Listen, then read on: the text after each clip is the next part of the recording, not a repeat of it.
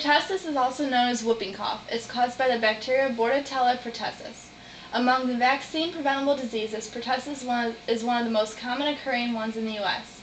Protection from the childhood vaccine fades over time, so adolescents and adults need revaccinated. Primarily occurs in children 4 and younger, but can also occur in children and adults of any age. Most common secondary complication of pertussis-related deaths is due to secondary bacterial pneumonia. Other possible complications seen in children less than 6 months are seizures, encephalopathy, asthma, dehydration, hearing loss, and malnutrition.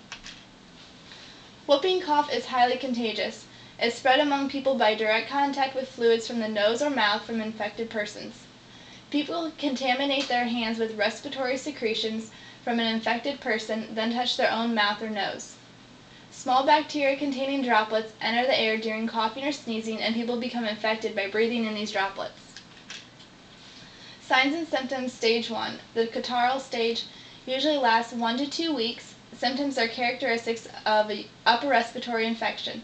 Symptoms include runny nose, sneezing, low-grade fever, mild occasional cough, and possible congestion.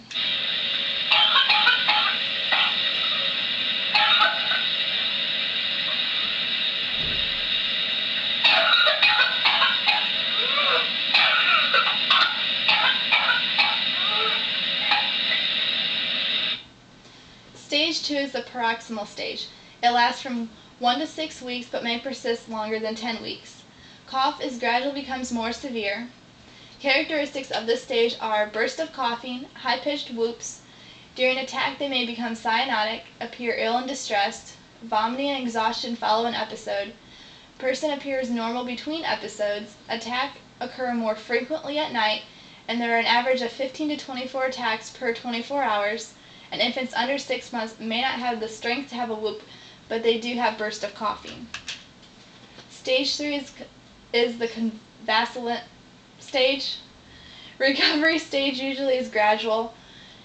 The cough disappears over 2 to 3 weeks. However, bursts of coughing often occur with subsequent respiratory infections for many months. How it's diagnosed. It's diagnosed from clinical history, culture of the bacterium Bordetella pertussis from nasal secretions, polymerase chain reaction PCR test that can identify genetic material from the bacterium and nasal secretions. Antibiotic treatments are older than 1 month. You can use zithromax, clarithromycin, and erythromycin. For younger infants, zithromax can be used, and you want to avoid erythromycin and clarithromycin.